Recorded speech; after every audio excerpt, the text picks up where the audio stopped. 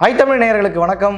ஆடு நினைதுன்னு ஓனை அழுத கதை தான் இப்போ நடந்துகிட்டு இருக்குன்ற சந்தேகத்தை ஏற்படுத்தக்கூடிய விதமாக நேற்று நடந்த மிகப்பெரிய ஒரு விஷயம் அது. நீங்கள் பார்த்துருப்பீங்க, பாரிஸில் 33வது ஒலிம்பிக் தொடர் நடந்துகிட்டு இருக்கு. இதில் இந்தியா சார்பாக 117 விளையாட்டு வீரர்கள் வீராங்கனைகள் பங்கேற்கிறாங்க. அதில் குறிப்பாக இந்தியா 3 வெண்கல பதக்கங்களை வென்று 60வது இடத்துல இருக்கு. இப்படி தொடர்ச்சியாக பல்வேறு விளையாட்டுகளில் தீவிரமாக இந்தியா பயிற்சி எடுத்துக் கொண்டிருக்கிறது. அதே போல் அங்கே போட்டியிட்டு கொண்டிருக்கிறார்கள். திடீர்னு ஒரு ஃபோட்டோ மிகப்பெரிய அளவில் ட்ரெண்ட் ஆச்சு. சரி, யார் இவங்க அப்படின்னு நம்ம தேடி பார்க்கும்போது இவங்களை பற்றிய செய்தி தான் நேற்று செய்தித்தாள்கள், இணைய ஊடகங்கள், சமூக வலைதளம் சொல்லி எல்லா இடத்துலையுமே ஆக்கிரமிப்பு பண்ணியிருந்தது. இவங்க யாருன்னா வினேஷ் போகத். இவங்க ஃப்ரீ ஸ்டைலில் 50 kg கேட்டகரியில் விளையாடக்கூடிய ஒரு மல்யுத்த வீராங்கனை. இவங்களுடைய பின்னணியை பொறுத்த அளவுக்கு ஹரியானாவில் ஒரு கிராமத்தில், குக்கிராமன் கூட சொல்ல முடியாது, ஒரு நடுத்தரமான ஒரு கிராமத்தில் பிறக்கிறாங்க.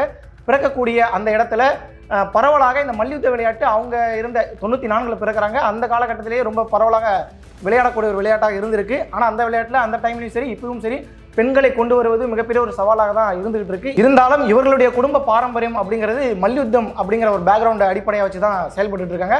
அதனால இவருடைய மாமாவே ஒரு நல்ல மல்யுத்த வீரராக தான் இருக்கிறாரு. அவர் தான் இந்த மாதிரியான நபர்களை அங்கிருந்தே அங்கீகாரம் கொடுத்து அவர்களை வெளி உலகுக்கு காட்டக்கூடிய வேலையை செஞ்சுட்டு இருந்தாரு. அந்த அடிப்படையில் வினேஷ் போகத்தும் வெளியே வராங்க. உதாரணத்துக்கு சொல்வதாக இருந்தால், சமீபத்தில் ஒரு படம் வெளியாச்சு, டங்கல் அப்படிங்கிற ஒரு படம். ரொம்ப பெரிய அளவில் ஹிட் அடித்த ஒரு படம். அந்த படத்தில் ஒரு தந்தை தன்னுடைய 2 மகள்களையும் மல்யுத்த போட்டிக்கு அனுப்புறதுக்காக என்ன மாதிரியான சவால்களை அவர் சந்திக்கிறார்ன்ற மாதிரியான கதையம்சத்தில் தான் அந்த படம் நகரும். அதே மாதிரியான கதையம்சம் கொண்ட பல சம்பவங்களை இந்த ஹரியானாவில் நம்மளால் பார்க்க முடியும். சரி, இப்போ இவங்க கதைக்கு நம்ம வரும்பொழுது 16வது சுற்று போட்டியில் ஜப்பானில் ஜப்பானுடைய வீராங்கனை யுய் சுசாக்கி அப்படிங்கிறவளை 3.2 அப்படிங்கிற கணக்கில் தோற்கடிக்கிறாங்க. சரி, இவங்க எப்படி தோற்கடித்தாங்க? இது சாதாரண விஷயமானு பார்த்தா, அவங்களுடைய ட்ராக் ரெக்கார்டை எடுத்து பார்க்கும்போது இந்த சுசாகியோட ட்ராக் ரெக்கார்டு படிக்கும்போது ரொம்ப பயங்கரமாக இருக்குது. ஏன்னா 2010 2024 வரைக்கும் 82 போட்டியில் போட்டிட்டு இருக்காங்க. அந்த 82 போட்டியிலும் வெறும் 5 தோல்வி தான். இது ஒரு கணக்கிலே வராது. அப்படி பல கடுமையான பயிற்சிகளையும் பல போட்டியில் சந்தித்த ஒரு நபர் 2020 டோக்கியோ ஒலிம்பிக்ஸில் கோல்டு மெடல் அடிக்கிறாங்க. அப்படி ரொம்ப கடுமையான டஃப் காம்படிட்டர்னு சொல்லுவோம் இல்லையா, அப்படிப்பட்ட நபராக இருக்கிறாங்க இந்த சுசாகி. அவங்க கூட வினேஷ் போட்டிடுறாங்க. வினேஷும் பல வெற்றிகளை பார்த்தவராக இருந்தாலும் சமீபத்தில் அவர் பார்த்த தோல்வி என்பது இந்தியாவையே பேசுபொருளாக மாற்றியது. 2016 ரியோ ஒலிம்பிக்ஸில் காலில் அவருக்கு ஒரு அடி ஏற்படுது.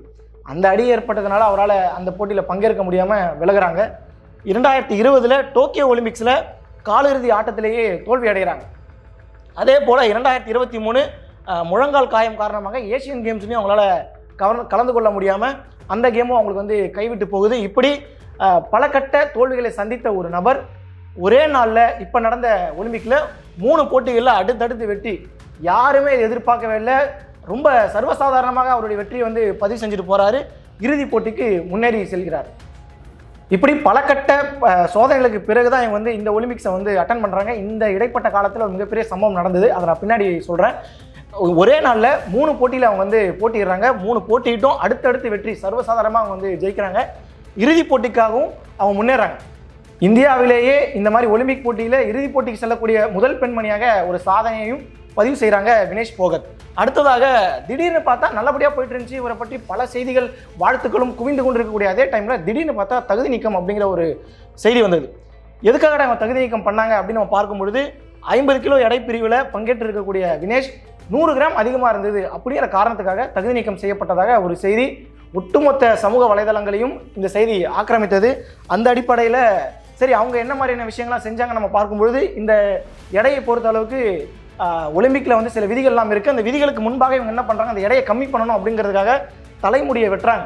தலைமுடியை வெட்டுறதோட அனுமதிக்கப்பட்ட அளவுக்கு ரத்தத்தையும் உடம்புலேருந்து வெளியேற்றுறாங்க.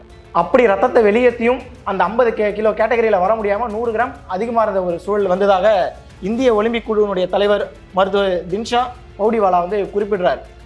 இந்த ஒலிம்பிக்ஸை பொறுத்த அளவுக்கு இதே மாதிரி இந்த மல்யுத்தம் மாதிரியான இந்த மார்ஷல் ஆர்ட்ஸை பொறுத்த அளவுக்கு எடை தான் எல்லாமே காரணம். அந்த எடையை கேட்டகரியை கம்பேர் பண்ணி தான் 47 to 50 ஒரு கேட்டகரி, 50 to 53 ஒரு கேட்டகரின்ற மாதிரி பிரிப்பாங்க. அதில் 1 கிராம் கூட அவங்க காம்ப்ரமைஸ் பண்ண மாட்டாங்கன்ற மாதிரி தான் நமக்கு யுனைடெட் வேர்ல்டு ரெஸ்லிங் விதி குறிப்பிட்றாங்க. ஒரே ஒரு எடை பிரிவில் தான் அவங்களுக்கு அனுமதி அளிக்கப்படும். 50னா 50 தான். 47 to 50 நீங்கள் எதில் இருக்கீங்களோ அது மட்டும் தான். அதை தாண்டியோ அதுக்கு பின்னாடியோ நம்மளால் போக முடியாதுன்ற விதியை அவங்க வகுத்து வச்சுருக்காங்க. அடுத்ததாக போட்டி நடைபெறக்கூடிய அந்த டைமில் என்ன பண்ணியிருக்காங்க, முதல் நாள் காலை என்ன பண்ணியிருக்காங்கன்னா எடைப்பிரிவு வந்து சோதனை நடந்திருக்காங்க, மருத்துவர்கள் சோதனை நடத்தியிருக்கிறாங்க. அதில் வந்து 30 நிமிஷம் அவங்களுக்கு டைம் கொடுப்பாங்க. அந்த 30 நிமிஷத்தில் எவ்வளவு வேணாலும் நம்மளுடைய எடை வந்து நம்ம சோதனை பண்ணி அளவை நிர்ணயிக்கலாம். இவங்க கொடுக்கப்பட்ட அளவுக்குள்ளே வர்றதுக்கான எல்லா முயற்சியும் பண்ணலாம்.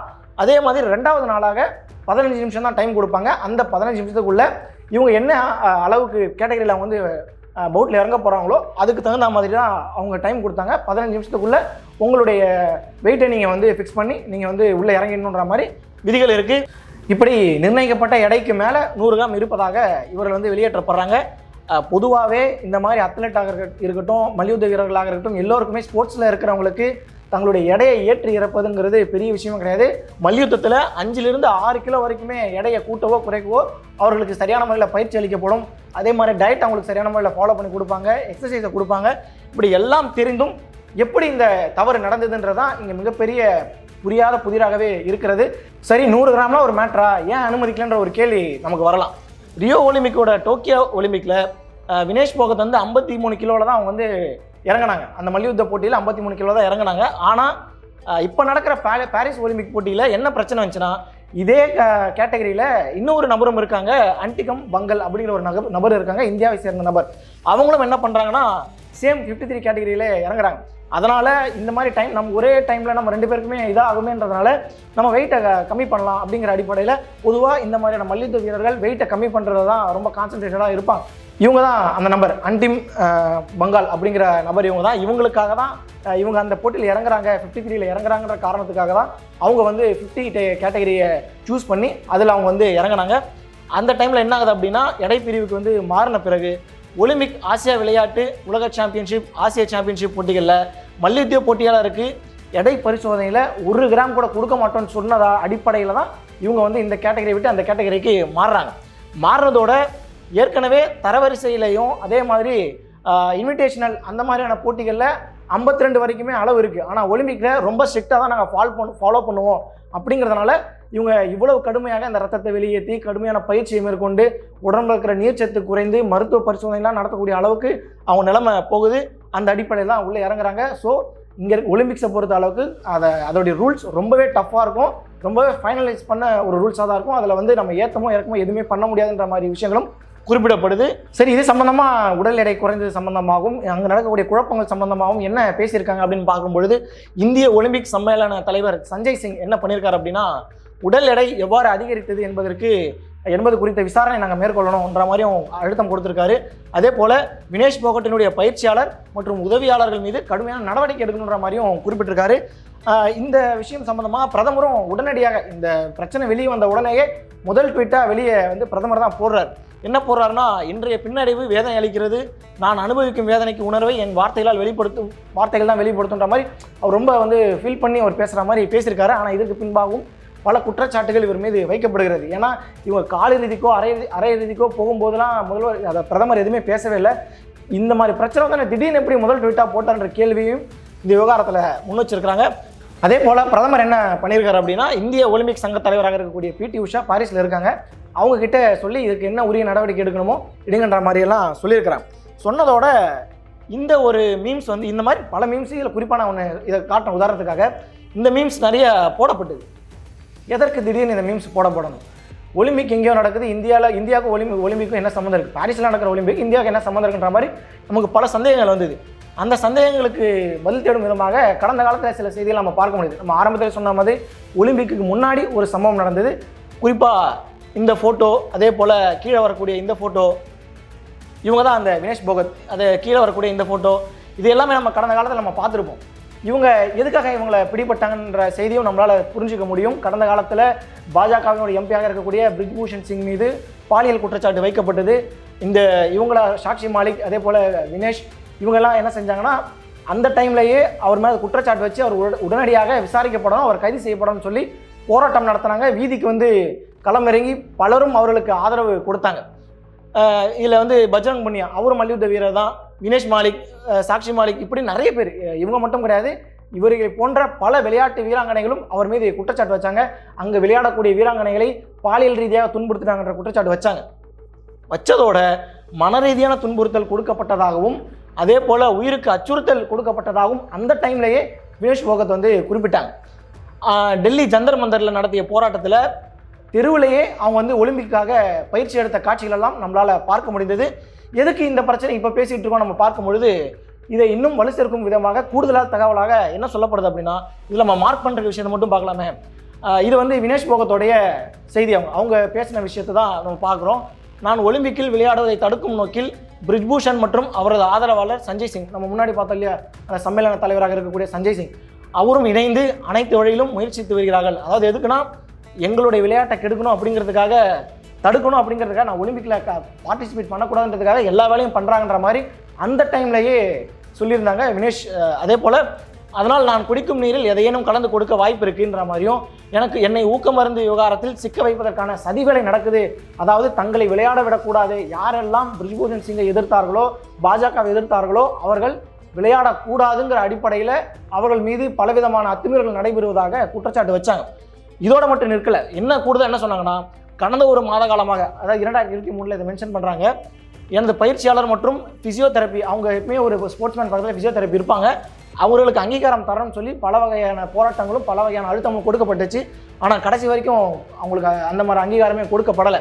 அதனால் என்ன வார்த்தையை அவங்க மென்ஷன் பண்ணுறாங்கன்னா, வீரர்களின் கெரியரில் இப்படி தான் விளையாடுவதுன்ற கேள்வியும் கேட்டிருந்தாங்க. இன்றைக்கி அவங்க வாழ்க்கையில் எப்படி இந்த 100 கிராம் விளையாடி இருக்கோ அந்த மாதிரி இந்த கேள்வியை அவங்க வந்து ஒரு வருஷத்துக்கு முன்னாடி கேட்டு வச்சுருக்கிறாங்க.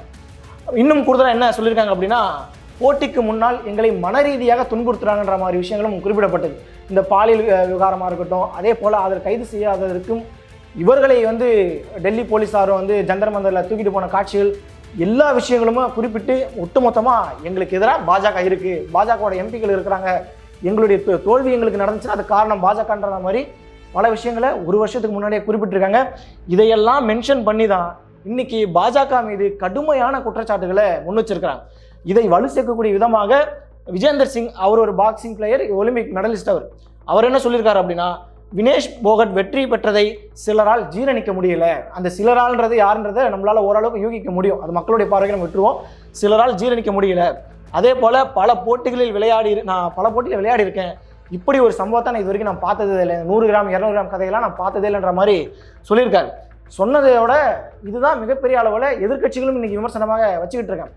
ஒலிம்பிக்கா இந்தியாவினுடைய பிரதிநிதியாக போகிறாங்க, ஒட்டுமொத்த இந்தியாவுக்கும் ஒரு முகமாக போகக்கூடிய ஒரு நபரை இவர்களுடைய தனி நபர் வெறுப்புக்காக, தனி விரோதத்திற்காக, எங்களுக்கு பதக்கமே கிடைக்கலனாலும் பரவாயில்ல, அவங்க விளையாடக்கூடாதுன்ற ஒரு முடிவுக்கு வந்திருக்கா பாஜக அப்படிங்கிற மாதிரி பல குற்றச்சாட்டுகளை அடுக்கடுக்காக அடுக்கி கொண்டிருக்கிறார்கள் எதிர்க்கட்சியினரும் சமூக ஆர்வலர்களும் இந்த மாதிரி விஷயங்களை கூர்ந்து கவனிக்கக்கூடியவர்களும். இப்போ இன்னைக்கு நடந்த காலையில் வந்த செய்தியின் அடிப்படையில் எனக்கு இதற்கு மேல் வலிமை இல்லைன்னு நான் சொல்லி வினேஷ் போகத் இந்த விளையாட்டை விட்டு அவங்க வந்து விலகிறன்ற மாதிரி அவங்க குறிப்பிட்டிருக்காங்க. யார் சொல்கிறது வலிமை இல்லைன்னு? கடந்த ஒரு வருஷத்துக்கு முன்னாடி எந்த பாஜக எம்பியை எதிர்த்து நடு வீதியில் அத்தனை நூற்றுக்கணக்கான போலீஸார் மத்தியில் போராடினாங்களோ, தர இழுத்துட்டு போன அந்த சமயத்தில் கூட வலிமை இழக்காத ஒரு நபர் இன்னைக்கு இந்த வார்த்தையை பதிவு பண்ணும் பொழுது அவர் ட்வீட்டில் போட்டிருக்காங்க, குட் பை ரெஸ்லிங் 2001 to 2024 அப்படிங்கிற மாதிரி போட்டு மன்னிப்பும் கேட்டிருக்காங்க. இதுவும் மிகப்பெரிய அளவில் வந்து பேசு பொருளாக மாறி இருக்கிறது. ஒட்டுமொத்த இந்தியாவினுடைய பிரதிநிதியாக ஒருத்தர் போகக்கூடிய நபருக்கு இந்த நாடு கொடுத்த பரிசு இதுதான் அப்படிங்கிற மாதிரி கடுமையான விமர்சனங்கள், இவருக்கான ஆதரவான குரல்கள் உலகெங்கிலும் இப்போ வந்து ஒழிச்சிக்கிட்டு இருக்கு. இந்த டைமில் நம்ம பேசிக்கிட்டு இருக்க டைமில் கூட ஒலிம்பிக் விளையாட்டில் போட்டியிட்டு பதக்கம் வென்றவர்கள், இந்த பதக்கம் எங்களுக்கான பதக்கம் அல்ல, வினேஷ் போகத்துக்கான பதக்கம் சொல்லி பெருமைப்படுத்தக்கூடிய வேலையெல்லாம் ஒரு பக்கம் நடந்துகிட்டு இருக்கு. அடுத்த ஒரு புது பிரச்சனையாக இந்த 100 கிராம் பிரச்சனையே மிகப்பெரிய அளவில் பேசு பொருளாகி பல ஊடகங்கள் இன்னைக்கு வந்து விவாதம் நடத்திக்கிட்டு இருக்காங்க. அது இன்னும் அந்த சூடு கூட அடங்காத டைமில் ஆன்டிம் பங்கல் அப்படிங்கிறவங்க, ஏற்கனவே நம்ம சொன்னது போல் இவங்க 53 கேட்டகரி விளையாடக்கூடிய மல்யுத்த வீரர், இவங்களுக்காக தான் வினேஷ் போகத் வந்து 50 கேட்டகரிக்கு போனாங்க. அவங்கள வந்து ஒலிம்பிக்கை விட்டு தகுதி நீக்கம் பண்ணியிருக்கிறாங்க. எதுக்காக தகுதி நீக்கம் பண்ணாங்க பார்க்கும்பொழுது, நேற்று நடந்த காலிறுதி ஆட்டத்தில் துருக்கி வீராங்கனை ஜெய்னப் அவங்க கூட என்ன பண்ணியிருக்காங்கன்னா, எதிராக நின்று 10க்கு 0 கணக்கில் தோல்வி அடைஞ்சிட்டாங்க. தோல்வி அடைஞ்சோட என்ன நடந்திருக்கு அப்படின்னா, தன்னுடைய சகோதரி கிட்ட அங்கே ஒலிம்பிக்கில் இருக்கக்கூடிய விளையாட்டு வீரர்களுக்கு மட்டுமே கொடுக்கக்கூடிய அடையாள அட்டை, அந்த அடையாள அட்டையில் இருந்தால் தான் ஒலிம்பிக் கிராமம் அவங்க செட் பண்ண அந்த செட்டப்புக்குள்ளே போக முடியும். ரொம்ப டைட் செக்யூரிட்டி இருக்கக்கூடிய அந்த ஏரியாவில் தன்னோட அடையாள அட்டையை பயன்படுத்தி தங்கச்சிக்கிட்ட என்ன சொல்லியிருக்காங்க அப்படின்னா, அவங்களோட திங்ஸை கொண்டு வாங்கன்ற மாதிரி சொல்லி தான் அனுப்பப்பட்டதாக சொல்லப்படுது. அதை இவங்க வந்து தடுத்து நிறுத்தி, ஏன் கொண்டு வந்தீங்க, எதற்காக கொண்டு வந்தீங்கன்னு சொல்லி ஒரு விசாரணையை நடத்தி ஆள் மாறாட்டம் நடத்துறீங்க, அதே மாதிரி ஒலிம்பிக்கோட விதியை மீறிட்டீங்கன்னு சொல்லி சர்வதேச ஒலிம்பிக் சங்கம் அவருடைய அங்கீகாரத்தை ரத்து செஞ்சு இன்னைக்கு அவர்களை வந்து வெளியேற்றம் செஞ்சிருக்கு. ஏற்கனவே இந்த பிரச்சனை, இந்த 100 கிராம் பிரச்சனையும் பெரிய பிரச்சனையாக போயிட்டு இருக்க சமயத்தில் திடீர்னு பார்த்தா தொடர்ச்சியாக மல்யுத்தம் சார்ந்த வீரர்களுக்கு அடுத்தடுத்து இந்த மாதிரி சம்பவங்கள் நடக்குது. இந்த பிரச்சனையே பெரிய பிரச்சனையாக போயிட்டு இருக்கக்கூடிய இந்த சமயத்தில் இந்த ஆண்டிமங்களுடைய சொந்த பயிற்சியாளர்கள் என்ன பண்ணுறாங்க அப்படின்னா, விகாஸ் மற்றும் பகத் காரில் போகிறாங்க. காரில் எப்படி போகிறாங்கன்னா, ட்ரங்க்கில், அதாவது குடிச்சிட்டு ரொம்ப போதையோட காரில் போகிறாங்க. போனதோட ஓட்டுநர்கிட்ட உரிய கட்டணத்தை கொடுக்கலன்னு சொல்லி ஒரு பிரச்சனை வருது. அந்த பிரச்சனை தகராறாக மாறி போலீஸார் வந்து விசாரித்து அவர்கள் மீது நடவடிக்கை எடுக்கக்கூடிய அளவுக்கு பிரச்சனை போயிருக்கு. விளையாடக்கூடிய வீராங்கனைகளுக்கும் ஏகப்பட்ட பிரச்சனை. அங்கே விளையாட கூப்பிட்டு போன கோச்சும் இந்த மாதிரி பண்ணுறாங்க அப்படின்னா இது ஒலிம்பிக்கு பின்னால் மிகப்பெரிய ஒரு சதி நடந்துகிட்டு இருக்கின்ற மாதிரி விஷயங்களும் குறிப்பிடப்பட்டு இருக்கிறது. இவர்களுடைய தனிநபர் வெறிக்காக, தனிநபருடைய விரோதத்துக்காக நாளைக்கு இவங்க ஜெயிச்சுட்டாங்க அப்படின்னா இந்த ஒலிம்பிக்கில் வந்து நிச்சயமாக தங்கப்பதக்கம் அடிச்சிடுவாங்கன்ற ஒரு நம்பிக்கையில் தான் ஒட்டுமொத்த இந்தியாவும் வருது. ஒருவேளை இவங்க ஜெயிச்சிட்டாங்க அப்படின்னா, ஏன்னா ஏற்கனவே இவங்க பேசின அந்த பிரிஜ்பூஷன் சிங் மேலே வச்ச குற்றச்சாட்டுக்கு ஒட்டுமொத்த இந்தியாவுமே திரும்பி பார்த்து இவங்க ஒலிம்பிக்கில் ஜெயிச்சு பாரிஸில் இந்த மாதிரி விஷயத்தை கொண்டு போய் சேர்த்தாங்க அப்படின்னா பாஜகவுக்கு மிகப்பெரிய பின்னடைவாக ஏற்படும். பிரிஜ்பூஷன் சிங்கை வைத்து, ஏன்னா இப்போ அவர் வந்து அவருடைய மகன் தான் எம்பிக்கு கேண்டிடேட்லாம் போட்டிட்டார். நாளைக்கு அவருடைய அரசியல் எதிர்காலம் பாதிக்கப்படுன்றதுக்காக, சிலருடைய சுயநலத்துக்காக ஒட்டுமொத்த இந்தியாவினுடைய மானத்தையும் மரியாதையும் பாரிஸில் வந்து அடகு வைக்கக்கூடிய வேலையை பாஜக செய்திருப்பதாக எதிர்க்கட்சிகள் கடுமையாக குற்றம் சாட்டுறாங்க. இதனுடைய உண்மைத்தன்மை விசாரிக்கப்படணும் அப்படிங்கிற கோரிக்கை மக்கள் தரப்பும், அதே போல விளையாட்டை கூர்ந்து கவனிக்கக்கூடியவர்களும், சமூக ஆர்வலர்களும், எதிர்க்கட்சிகளும் தொடர்ச்சியாக முன் வச்சிட்டு இருக்காங்க. இதற்கான தீர்வு எப்படி கிடைக்கப் போகிறது அப்படிங்கிறத பொறுத்து நாம் பார்ப்போம். நன்றி.